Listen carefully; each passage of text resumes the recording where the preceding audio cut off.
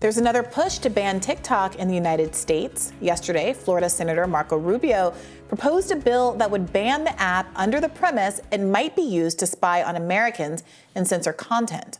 In a press release issued by Rubio's office, the senator says that the app is required by Chinese law to make data available to the Chinese Communist Party. He also notes that several government agencies, including the FBI and the FCC, have flagged TikTok as a risk to national security. I don't know. Should we ban TikTok? What do you think, Brianna? I'm having a hard time parsing why this isn't a free speech issue for the free speech people, because you could apply this logic to a lot of different things.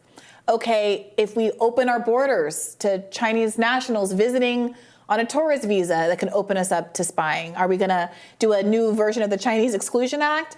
Any number of companies work with China, have deals with China, and we see the influence that that relationship has on things like the messaging that we have in movies. NBA players' ability to be critical of China. We saw LeBron James walk back some comments really quick. I think that was just last year. Are we going to sever ties there? Are corporations not going to be allowed? Is the NBA not going to be allowed to have teams and relationships with Chinese leagues? Where does this end? And it's not that I am indifferent to potential national security concerns, but it doesn't seem to me that TikTok necessarily presents a new threat. So why is TikTok being targeted in this way? Right. The privacy concerns are prevalent across all these platforms. Mm-hmm. The data sharing, the forming a picture of you.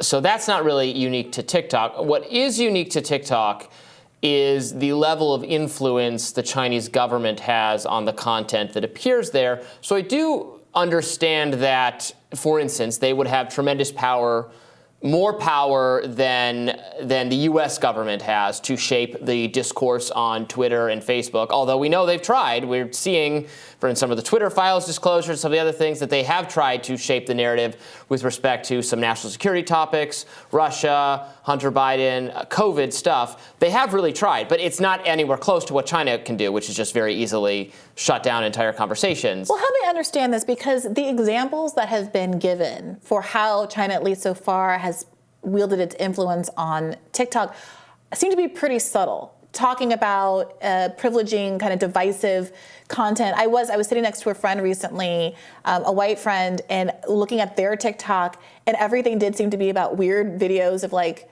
race war stuff, Black people and white people fighting in a Popeyes, and just random stuff. So, if they're talking about stuff like that, I would say I get how that generally sows discontent, but I don't know that raises to the level of saying that you're influencing American politics. Sure, but I think they did, for instance, with COVID, they did not allow any discussion of COVID whatsoever for a period of time.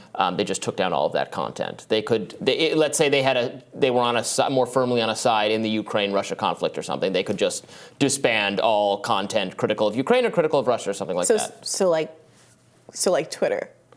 Well, but with the state explicitly doing it in a way that the U.S. government can't. Sure. I mean, again, they've tried. It's a little bit of, but the U.S. government can't say take down this viewpoint, etc. They can ask nicely, and then they can kind of threaten about what they're going to do with the regulation. So that's akin to, and I've seen people make the argument, just like, for instance, in the Cold War, if the Soviet Union purchased an American, a television network or something, probably that wouldn't have been allowed because we wouldn't have allowed Russian propaganda to be aired. So if this is Chinese propaganda in the same way, they wouldn't allow it. That is kind of goofy to me. I mean, well, I don't find it persuasive. I'm telling you what they say. We know what it is. I mean, it's like I'm reminded again of during the 2019 campaign when I got in a little trouble for saying in an interview when asked, what do you think of the Russian misinformation that's targeted to Black people? And I said, which misinformation? And they say all of this messaging about how the American government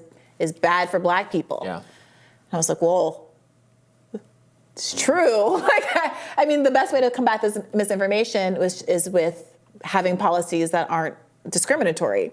And I got in trouble for saying that thing, but I guess I'm still in that same place where it seems to me that we could get to a place where the influence on apps like Twitter is so obviously constrained. It's so obviously being determined by outside forces that are inorganic and that have an obvious direction. And users might revolt. Users might not want to be on an app where they're feeling like they're being puppet strung. I think that what we're seeing with Twitter right now is a lot of people having feelings of disaffection because they don't know if they're being shadow banned. They don't know if it's worth it for them to even tweet and be on the app and spend time on the app. And that could very easily happen with TikTok, where I think authenticity and kind of having a slice of life moment in video is much more core to the principle of the app. It's certainly more collaborative and I think artistic and creative in a less shallow way than, for instance, Instagram.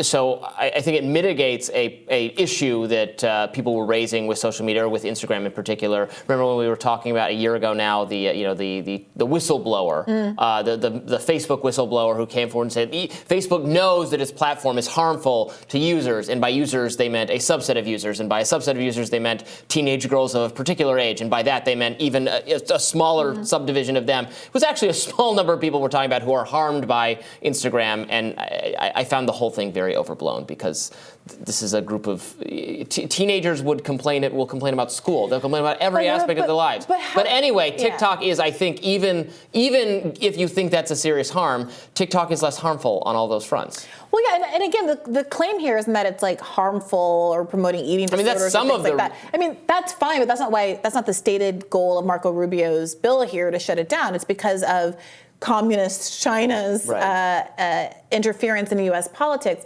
and it's just not clear to me. I mean, I guess I'm wondering if the app itself, at a certain point, if it's so obviously coercive, and if they're actually being significantly effective, users actually flee because it's against kind of the spirit of the app. Or in the alternative, am I being too naive about the kind of influence that can have a real effect on American politics? Shutting down. If TikTok were, as you say, to say, like, we're not allowing any COVID content whatsoever, is that going to be something that discourages folks from actually using the app, or is everyone just going to continue using it knowing that it's an app that has the following bias, that you're not allowed to talk about COVID, and therefore we're going to go and talk about COVID in all these other places? And is it going to seem that different from what we've been talking about with all of these other kind of censorship moments across social media, when we have the CDC recommendations holding such sway in the United States of America?